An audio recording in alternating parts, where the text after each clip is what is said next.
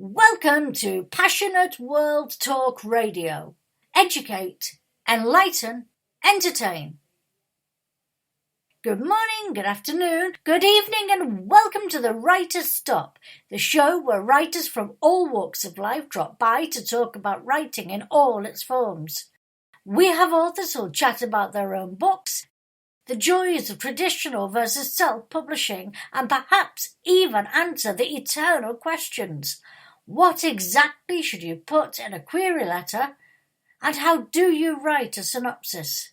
They will help you to avoid any pitfalls so that you can learn from their mistakes.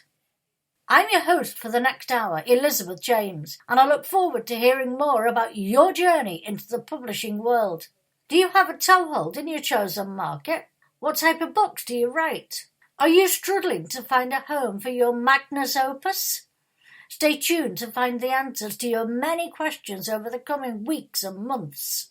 We have competitions, giveaways, and many other opportunities for you to stretch your writing muscles.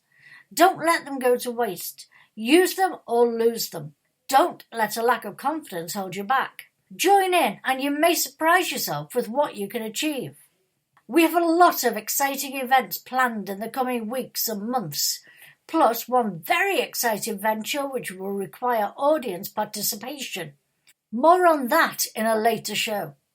We will also have agents and publishers dropping by to talk about what they are currently looking for and, more importantly, how to submit to them.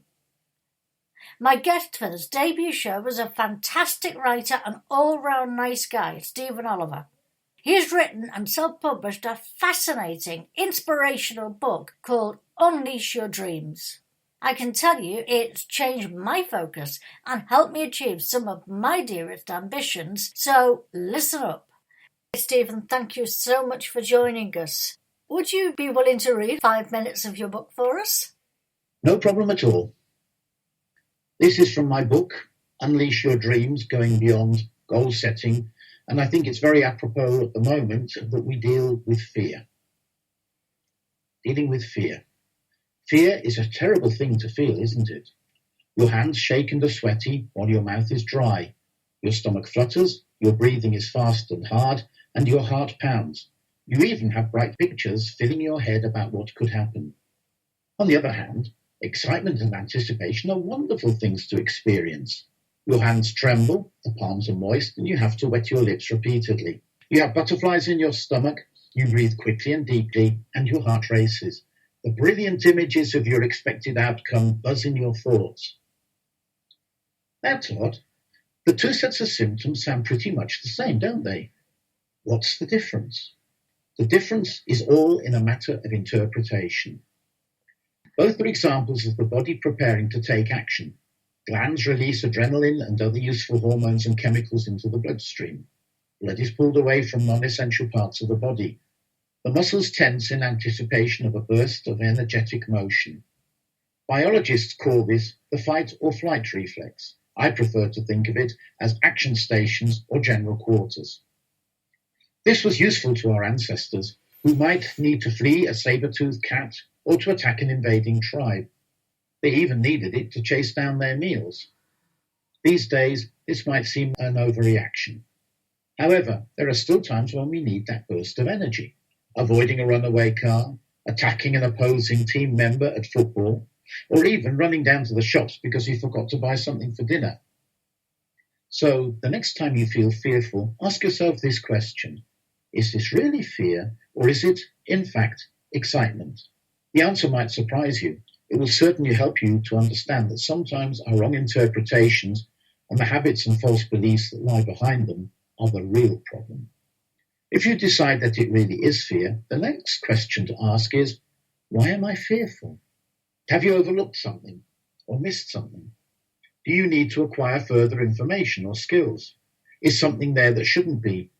In every case, fear is a warning that the situation is not all that it seems. It's nothing to be afraid of. Thank you, Stephen. That was really interesting. I certainly agree with you that it was appropriate for you to read that piece, especially with this pandemic times that we're experiencing right now. People are so afraid constantly. They live with fear on a daily basis. So what you just wrote might have helped a lot of people. I actually know that we're going to be hearing a lot more of this book, Unleash Your Dreams by Stephen Oliver, at the end of the show. I know you're going to be reading another segment, but for now, can I just ask you a little bit about your book? I find it very interesting because Unleash Your Dreams was actually not just a book, it was actually a course as well, wasn't it? Can you tell us a little bit more about that, please, Stephen? It all started out some years ago with a friend of mine. We were an NLP group, that is a group of people practicing neuro-linguistic programming, which is a form of psychology where you strive to be better at what you do. You strive to change the way you think, but not using standard psychological theories and techniques. It was through the invention of two men, Richard Bandler and John Grinder, who were studying how people work at their best. Such people as Milton Erickson, one of the greatest hypnotists of all time, and Virginia Satir, who was a brilliant families counselor. Between them, they worked out some of the techniques. It's now expanded. Nobody knows just how many thousand practitioners there are in the world. The time came when our group, we were together, and one of our members, Pat, told us that she was learning the Alexander technique. The problem was, in the course, there was nothing about planning or goal setting or anything. It was just all about the technique. And she thought this was going to be a big problem. So she and I and a third friend, Barbara, we got together and we decided we were going to create a course, a 2-day course. We sat together, we thought the ideas through, we thought what is going to be necessary for people to be able to set goals and carry them out. That was the most important part. So many goal-setting courses don't do that. We created the course. I did most of the work because I was the only one that had real experience with computers. I wrote the course, we offered it, nobody took us up on it. Just as a side note, a year later, the only one who was actually working professionally as an Alexander Technique teacher was Pat, because, of course, she was using these techniques. None of the others were. None of them had a job. None of them was actually doing anything, which shows that we do need to set goals. And so some years later, I said to her, look, I think we need to make a book out of this because nobody seems to want the course. And she and Barbara both said, fine. Pat dropped out of the project. Barbara then recruited another friend of mine, Matthias, and the three of us then reworked it into the version that you see today. There were certain things in there you couldn't do in a book, which were designed specifically for work within a group, group exercises and so on.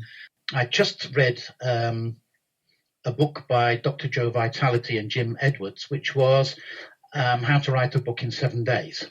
Yeah. Well, actually, it took longer than that, but the 7 days were from finishing your book to getting it self-published. So that's what I did. I then set out and I decided I'm going to do that. But this is the end result. And voila, here it is. I published back in 2013. I did the Kindle version, which is why I can republish anything. I have also done the paperback version. I have done a version for iBooks, and I've done a version for a company called Smashwords, which once I've re-edited it, I'm going to have to re-edit it because I don't follow their guidelines, unfortunately, and will be available for things like the Kobo and the Nook. I'm also looked into, but haven't got round yet to doing an audio version, mainly because I just don't have the time, and it's going to take an awful lot of work cleaning it up after.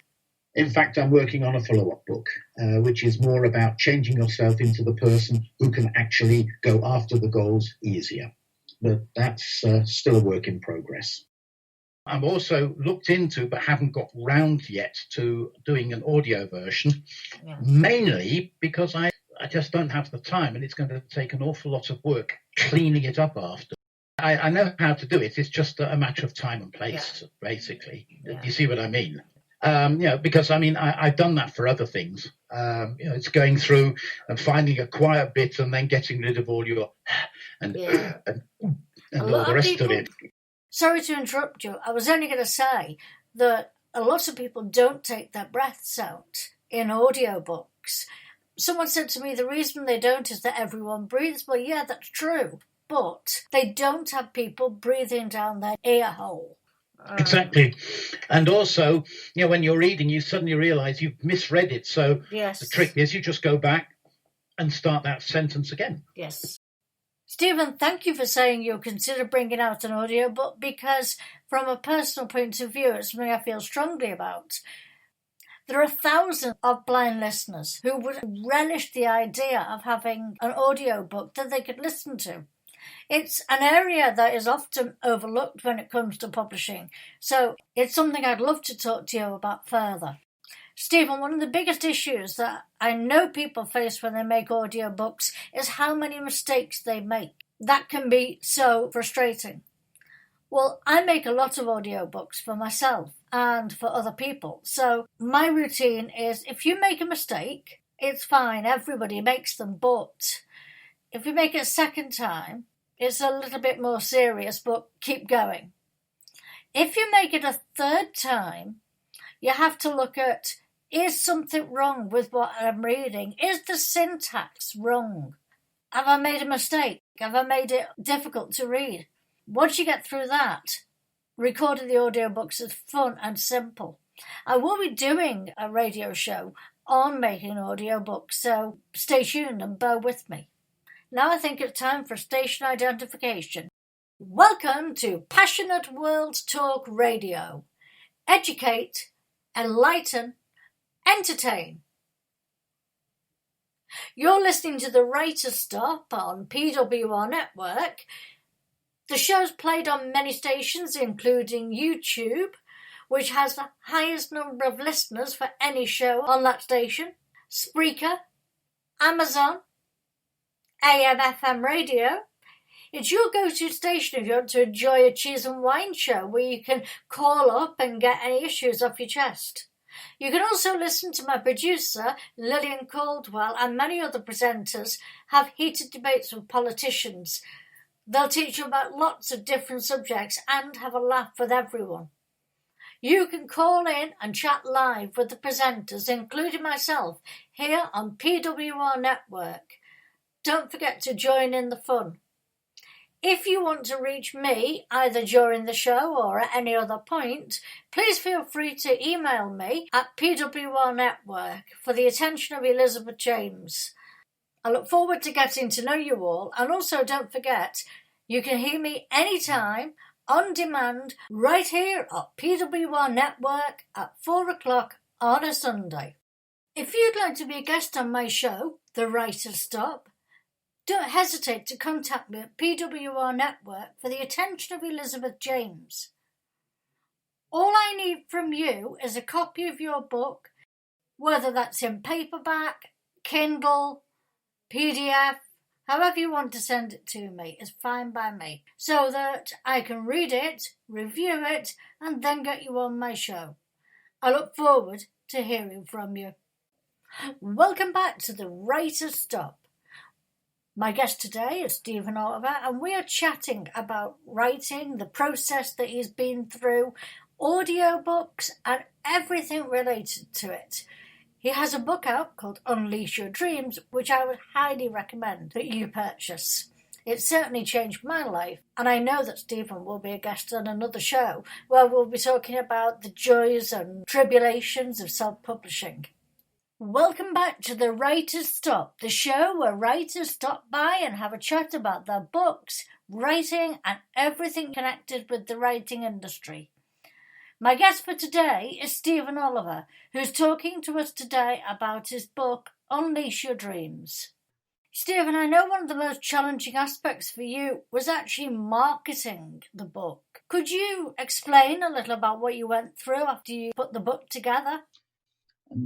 Once it was finished, the next question was how to publish it. Well, it was difficult getting a publisher because I didn't know how to do that. So I ended up self-publishing it, first of all on Amazon. Then I created a version on CreateSpace, which is owned by Amazon and is their paperback department. After that, I then created a version for iBooks on the iPad and iPhone, and finally Smashwords, which is a company that produces versions for things like the Kobo, the Nook, and other e-readers, although I still have a little bit of work I need to do on that. And lo and behold, 2013, there I was with a book. And I've sold a few copies personally. There have been quite a few downloads. When I did a freebie, I had 319 downloads from Amazon. And I have actually had 2 reviews, both of whom are from people who actually bought the book. I've never had a review from anyone who got a freebie. And trying to market it, I then got a company to do, I'm not sure what the technical term is, basically send information out to the newspapers, sort of a media blitz.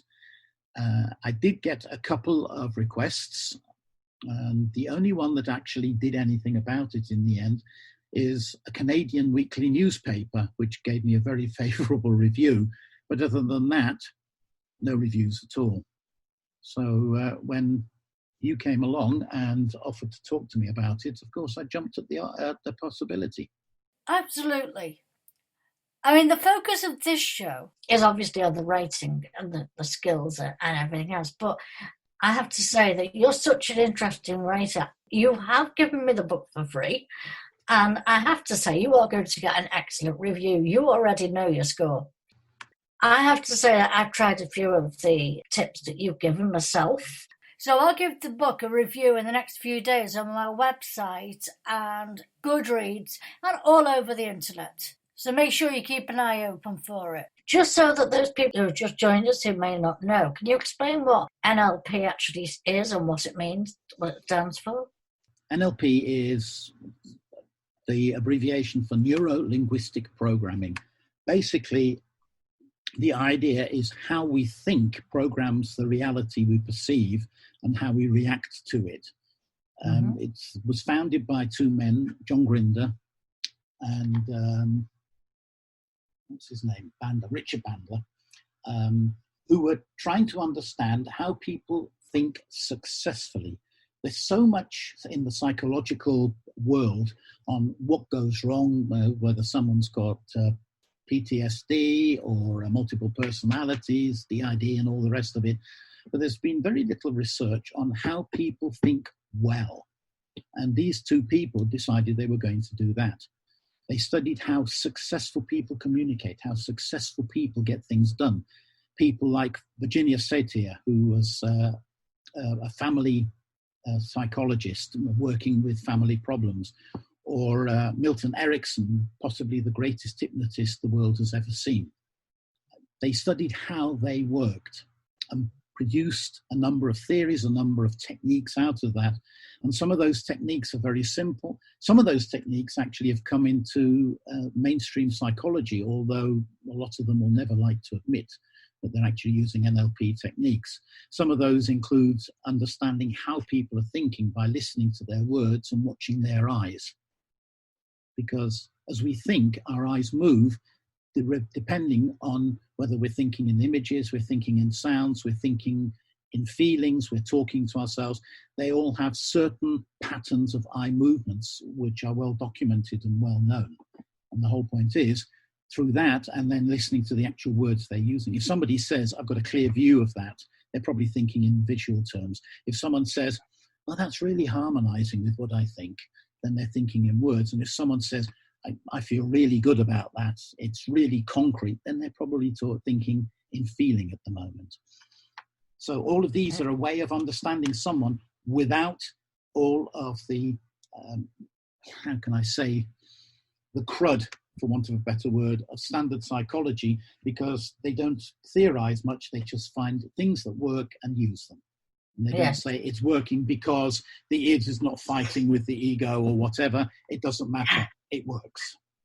NLP sounds very much like cognitive behavioral therapy as well.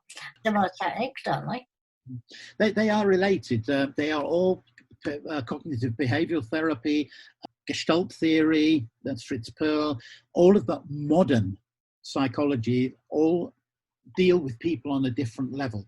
They're looking at integrating the personality, not looking at what's wrong and fixing it, but looking at what's right and getting that to work better. And along the way, the bad things will come along. It's like dealing with an iceberg. If you just try and blow the top of an iceberg, then other things will come up. The idea is to look at the whole iceberg, in other words, the whole person, and understand what's going on. But unfortunately, or fortunately, as that may be, the only thing we can actually observe is the environment in which someone is doing something and what they are doing, what they are saying, what their actions are, in other words. And if you take all of those together, then you can understand someone quite well. Yeah. And, I know you're writing another book at the moment, but can you talk us through your writing process? now that's where we get into an interesting thing. Are we talking fiction or non-fiction? Well, both really, because we're talking about writing as a whole. So there will be some listeners who are interested in one, others who are interested in another. So yeah, talk us through both, if you wouldn't mind. If we're talking non-fiction, I will have a plan in that I will probably put together a number of chapters and maybe subsections within that. But after that, I'm freewheeling. If I'm writing non-fiction, I'm pretty much freewheeling. It is what is colloquially known as being a pantser. Nothing to do with tanks or anything like that. It's because we are, as the saying goes, writing by the seat of our pants. Yes. Technically, we are known as discovery writers because we literally discover what we're writing as we're writing it. Case in point, I wrote a story. It's about 1,600 words long. It changed direction 5 times while I was writing it. And each time it was a case of, I didn't see that coming. But if you read the story, you probably never know that I had that shock. Because, of course, because I go in and I write off the cuff, so to speak, it means that I have to spend more time than going through the revision, tidying it up, deciding where plot holes are, all the stuff and problems you've got of revision and editing. But, it works for me. I tried writing a novel. I was about 35,000 words. And then I came across a book called Take Off Your Pants, which is basically trying to turn people pantsers, discovery writers, into plotters, people who write the plot, who've got the story arc and the character arc and the interweaving lines and the subplots and all the rest. And I tried doing that, and the story was dead in the water, quite literally dead in the water. So what I did was ignore that. Eventually, on the advice of my writing coach, I ignored that, and I've already added about 60,000 words to that novel. But in the meantime, I started writing other things. I had an idea basically for a story that didn't fit into the novel anyway. So I wrote that, realized I created an entire narrative universe, a whole new world. So I wrote another story, and before I knew it, I had a whole book. But I couldn't stop having ideas, so I then wrote another one. And I've now got a 4-part anthology I'm looking to try and get published. Well, I certainly hope it gets published soon. I'm just going to pause this interview for a moment because we need a station identification. Welcome to Passionate World Talk Radio. Educate, enlighten, entertain. You're listening to the Writer's Stop on PWR Network. The show's played on many stations, including YouTube, which has the highest number of listeners for any show on that station, Spreaker, Amazon, AM/FM radio. It's your go-to station if you want to enjoy a cheese and wine show where you can call up and get any issues off your chest. You can also listen to my producer, Lillian Caldwell, and many other presenters have heated debates with politicians. They'll teach you about lots of different subjects and have a laugh with everyone. You can call in and chat live with the presenters, including myself, here on PWR Network. Don't forget to join in the fun. If you want to reach me, either during the show or at any other point, please feel free to email me at PWR Network for the attention of Elizabeth James. I look forward to getting to know you all, and also don't forget, You can hear me anytime, on demand, right here at PWR Network at 4 o'clock on a Sunday. If you'd like to be a guest on my show, The Writer's Stop, don't hesitate to contact me at PWR Network for the attention of Elizabeth James. All I need from you is a copy of your book, whether that's in paperback, Kindle, PDF, however you want to send it to me is fine by me, so that I can read it, review it, and then get you on my show. I look forward to hearing from you. Welcome back to The Writer's Stop. I am your host, Elizabeth James, and my guest today is Stephen Oliver, who is here to talk about his book, Unleash Your Dreams.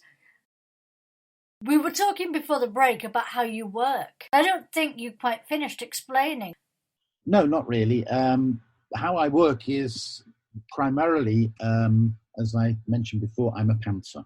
I work by the seat of my pants. I really often have no idea what I'm going to write until I actually have written it. So, I could be writing a story. I don't know what's going to happen in the next sentence. I only know when that sentence is written. It can be very surprising. It can be quite disconcerting at times, but it's what's coming out from inside me, my muse, my subconscious, God, if you like. I don't know who is behind this. All I know is that the words come out of my fingers, and they come out fairly fast. My writing coach will occasionally do what she calls a writing salon, where basically a group of us get together. We're given a prompt. We've got 20 minutes to write. In 20 minutes, I can write 500 to 600 words with no problem at all. Cold. I don't know what the subject will be. I literally am given a word. It could be a word like lost. It could be a picture. It could be a sentence. There was one story I wrote that was based on the good old-fashioned a jack of all trades is a master of none. I wrote a story out of that. Literally, it had to be the last line, and that's what I did. I write free-flowing. I have got no idea what I'm doing. The hard work comes afterwards, and what I do is that when I finish the story or a chapter or whatever block I'm working on, I upload it onto my Kindle Fire using a program called Send to Kindle, which is absolutely fantastic. I then read it on my Kindle. I make notes there. I highlight. I add notes to it, whatever. Literally working as though I were reading the book, because it's in a different format. It's no longer landscape. It's now portrait mode, and that gives me a different view. When I finish that, I put the Kindle next to my computer. I start going through my notes. I make the corrections. And that's how I do it, and that's how I revise. And with practice, you find more and more mistakes, and what comes out of it at the end requires less and less editing. Because I've come across books which, when you read them, my God, you can see they didn't even bother running a spell checker over them. I've had books myself that I've read like that. Yeah. The thing is, I use Grammarly, I use Pro Writing Aid to check over to make sure. I don't always agree with what they say, of course, but I do actually use them to check my grammar, make sure that I'm not repeating myself, make sure I haven't got sentences that are too long, passive voice, all the usual sins of the writer that the editor has to go through. And so because I do that, it means if an editor then has to get hold of it, it takes them a lot less time to work. There's no spelling check needed to be done, unless, of course, they're an American, then they complain because I write in English, not in American. But they have far less work to do, which means it costs less, which means the work gets done quicker. Yeah. In fact, the last book I wrote, science fiction novel about 75,000 words long, the editor, we were working using Google Docs, and the editor was going, right, page through to whatever page. Those 15 pages, there's nothing I need to do, because I'd already done it before she actually had to look at them. So most of her work is developmental, where she says, I think you need to take that point, you need to put a foreshadowing before that, or this is so important, you need to repeat it later in a different form. And, all developmental editing. None of the usual line editing and all the rest of it. So that saves me a lot of time and money. How many times do you run through your like redrafting your books? Redrafting, that's a difficult one. There are stories which, quite honestly, I have gone through 20 or 30 times. Not redrafting as such, but catching the occasional thing where I will suddenly realize, no, I think there's a better word there. There was one story, for instance, where I used the word remunerative. I can't even say it. And it didn't look right, but I couldn't think what. And then I was reading it the fifth or sixth time, and I suddenly thought, lucrative. That's the word you want there, Stephen. Lucrative. And that's how I did it. And it was very good. It worked much better that way. And so, as I said, there are stories, and I get the habit of rereading what I've written 2 or 3 weeks later. And then I will go, no, that needs changing. I think that needs better. And sometimes, my God, I did a good job. Yes, that's a great feeling when you get that. Yes. I just come across a passage, and I thought, did I really write that? It was quite amazing. Yeah, I know what you mean. Sometimes I make a correction, and I come back a couple of weeks, 3, 4 weeks later, and I'm reading through, and I suddenly think, did I actually write that? Yes. Yeah. So it's it's a spooky feeling sometimes when you feel as though the words have just come from nowhere, to come from the ether and gone straight through you onto this computer. Yeah. It's amazing. Robert E. Howard, the man who created Conan the Barbarian, said it was less like writing a story and more like listening to Conan, who was sitting at his shoulder, reminiscing and telling his stories. I totally understand that, because very often, I don't know about when you write, but I almost feel as though I am watching a program or a film, and I'm just typing what's being said. And that's strange because I can't visualize. But also I feel as though the one particular book that I wrote, I actually met my own muse, which was the most bizarre moment. Mm-hmm. It was literally like, she told me exactly what I had to write, and I was like, okay, this is awkward, but I'll try it. Mm-hmm. And that was probably one of my best books. Oh, wow. Do you ever write by hand, or is it always on the computer?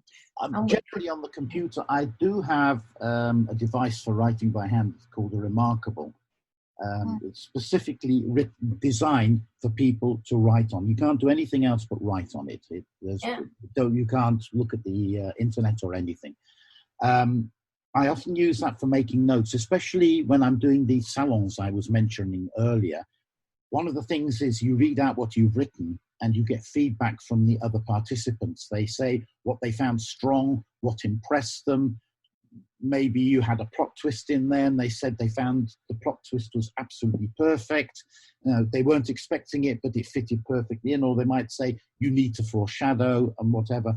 And I make notes of that, and it's quicker for me to make notes in my terrible handwriting on the device than it is to try and type them up, because I can concentrate better. I mean, I've been typing since my early teens, but I've been writing another 10 years more than that. So writing is quicker. But there are times when I need to make notes, but most of the time, quite honestly, I can write faster on a computer than I can by hand. Maybe I have to learn shorthand. Yeah, maybe. I mean, I do shorthand, but I actually wrote my whole 3 whole books by hand. And I discovered that personally, if I write, I write by hand if I can, because there is a connection between the brain and the hand. When I teach creative writing, if anyone's blocked, which is what I'm going to come to next, I say to them, handwrite. If you normally write on the computer, handwrite. If you normally handwrite, write on the computer. And it's amazing the difference that can make, How do you deal with writer's block, or don't you ever experience it? Well, that's actually an interesting question. I suppose in a way I've never actually experienced it. I did start a novel, and I was blocked, but that was because I was trying to go against my own essential nature. As I said, I'm a pantser. I came across this book. It was called Take Off Your Pants, which is basically trying to turn pantsers into plotters. Yeah. I followed all their advice. They said, make a story arc, make a character arc, interweaving plots, minor plots, etc., etc., etc. All these things. I did that. I spent weeks on it. I even made a huge mind map of my consolidated information, and the story was dead in the water. I literally was going nowhere, and I was sitting, in front of the empty page, thinking, "How the hell can I carry on?" Yeah. And then I had an idea. Nothing to do with the novel. It wouldn't fit anywhere into the novel, but it was a good idea for a short story, so I wrote it. It's a story called Michael Sana. It's the first short story of this kind I ever wrote. When I finished it, I realized I created a world, an entire narrative universe, which was unique to me. A world where science fiction and fantasy and urban fantasy and horror and noir and all of these things all meet and cross over and interact with each other. So I wrote another story where, interestingly enough, the main character of the first story appeared as a cameo. Then I wrote a third story where the main character from the second appeared in, and so it went. Genres of writing. You said you write in so many different genres. I do. I write in the genre that the story needs. For instance, the second story I mentioned is a mixture of noir, science fiction, and urban fantasy. Yeah. And another one, I have started a series, an anthology, as it were, of purely detective mysteries.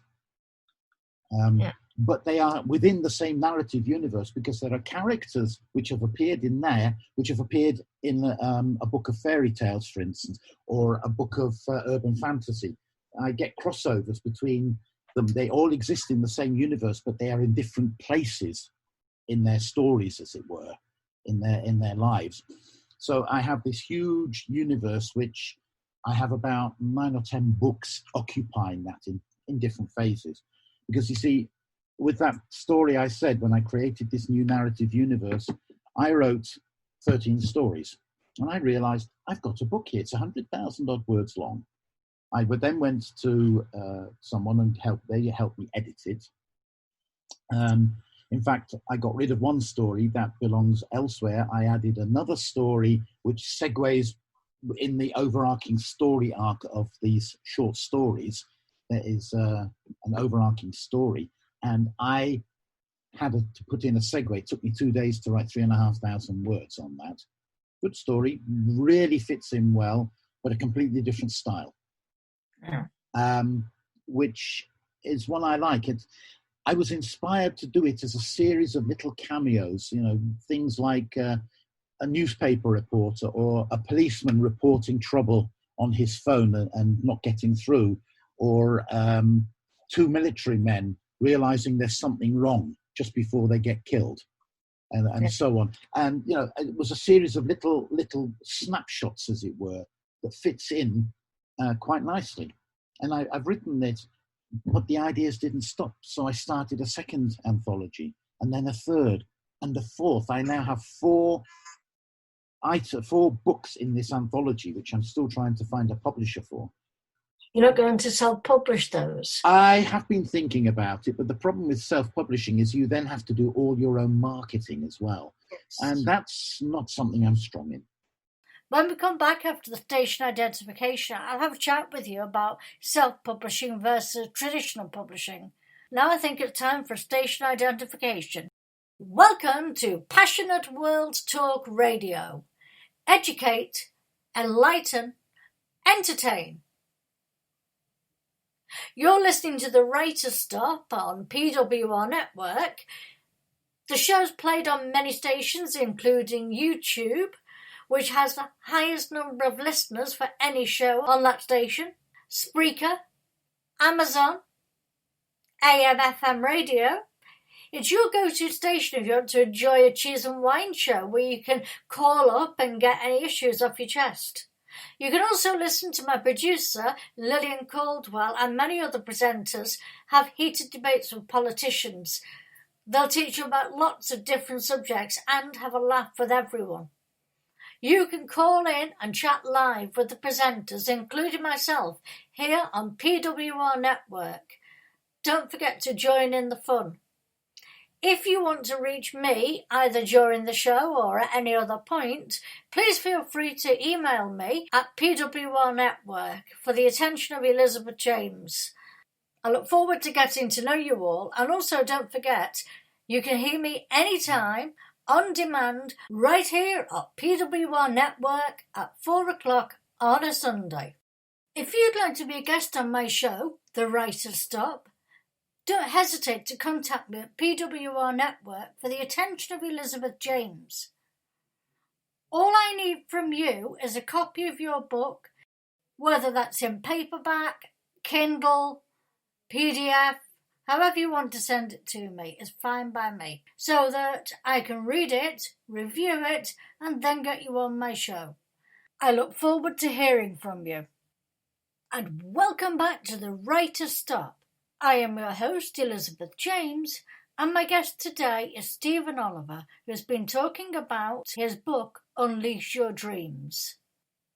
This has been a most enjoyable interview, Stephen, and I know we've talked about a lot of different subjects. You will be coming back very soon as a repeat guest, so I'm really looking forward to that. I know we discussed this earlier, and the next piece that you're going to read is entitled Fear. How many times have you felt fear in your life? And how often was that fear justified? The problem is, so many times we're afraid of things that either turn out to be minor and harmless, or even not to be true at all. Of course, fear is here to protect us from the very real dangers that exist in the world. If you never feel fear, or even a frisson of fear, then you're in trouble. You're either being coddled and protected from the rest of the world, or you're seriously mentally ill. I'm sorry I have to put it so bluntly, but it's true. Everything you've ever wanted was on the other side of fear. George Adair. However, did you know that fear is also an acronym? It stands for False Evidence Appearing Real. We allow fear to stop us from doing the things we truly want to do so often that it becomes a conditioned response for any new situation, paralyzing us constantly. The famous quote, "The only thing we have to fear is fear itself," has become cliched, but is still true. Often the most frightening thing about the situation is the fact that we can become afraid of doing anything. This leads us to a second interpretation of fear: failure to experience actual reality. We become so scared that we can no longer see what is really happening because our fears are creating monsters out of our imagination. We can see nothing else but these creations, and so we shy away from what we truly want. The cave you fear to enter holds the treasure you seek. Joseph Campbell. Of course, fear is good if it's helping to protect us against dangerous situations where we might be injured or even killed. In other words, it might be real evidence pointing to something we've overlooked or missed. For want of a better definition, we can call this rational fear. Rational fear means that there's something about the situation that needs addressing. It's also known as caution. Once we sort out whatever problems or hindrances we've been afraid of, nothing stands in our way. However, so many of us are still afraid of going forwards because we are venturing into the unknown, and the unknown is always scary. We don't know where our journey will ultimately take us, and that makes us nervous. These irrational fears then become a major hindrance to our progress. We need to face these bogeymen down. The best way to face irrational fear is to go and do what you fear. The rewards will be beyond anything you can imagine. Heed your fears, but don't let them overwhelm you and control your life. Courage is resistance to fear, mastery of fear, not absence of fear. Mark Twain. Thank you, Stephen. That was very thought-provoking. Exactly, which is why I chose it. And now, for the last time today, let's have a station identification. Welcome to Passionate World Talk Radio. Educate, enlighten, entertain. You're listening to the Writer's Stop on PWR Network. The show's played on many stations, including YouTube, which has the highest number of listeners for any show on that station, Spreaker, Amazon, AM/FM radio. It's your go-to station if you want to enjoy a cheese and wine show where you can call up and get any issues off your chest. You can also listen to my producer, Lillian Caldwell, and many other presenters have heated debates with politicians. They'll teach you about lots of different subjects and have a laugh with everyone. You can call in and chat live with the presenters, including myself, here on PWR Network. Don't forget to join in the fun. If you want to reach me, either during the show or at any other point, please feel free to email me at PWR Network for the attention of Elizabeth James. I look forward to getting to know you all, and also don't forget, you can hear me anytime, on demand, right here at PWR Network at 4 o'clock on a Sunday.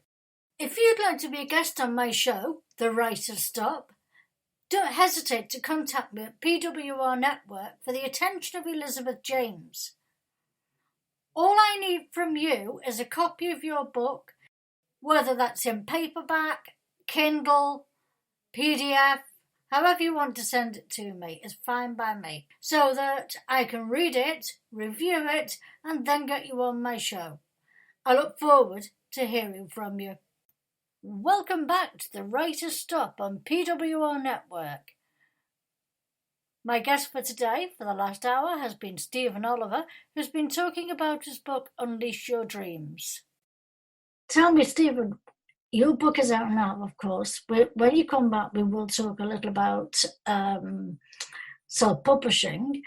But what do the listeners need to know right now? Where can they get your books? Is there anywhere that you're going to be appearing? Anything they can do? I won't be appearing anywhere because I have to look after my mother. Right. She's an elderly lady, and I don't want to even run the risk of exposing her to this virus in any shape or form. But the book is available. You can find it, Unleash Your Dreams, under the name Stephen Oliver, on Amazon or iBooks or Smashwords, which is a place where you can get books to download directly as well. The Amazon version is a paperback or as a Kindle version. Both are available, both self-published. In fact, all of them have been self-published. I will sometime in the near future also be working on an audiobook version, but that's going to take a little time because it takes time to record. Stephen Oliver, thank you very much. Thank you for listening to Passionate World Talk Radio. You can listen to this program all over again by going to http://passionateworldtalkradio.com. You can also hear it on Spotify, Amazon, Spreaker. Don't forget to head over to YouTube and keep those figures up for the most popular show on YouTube. Until next week, stay safe and look after each other.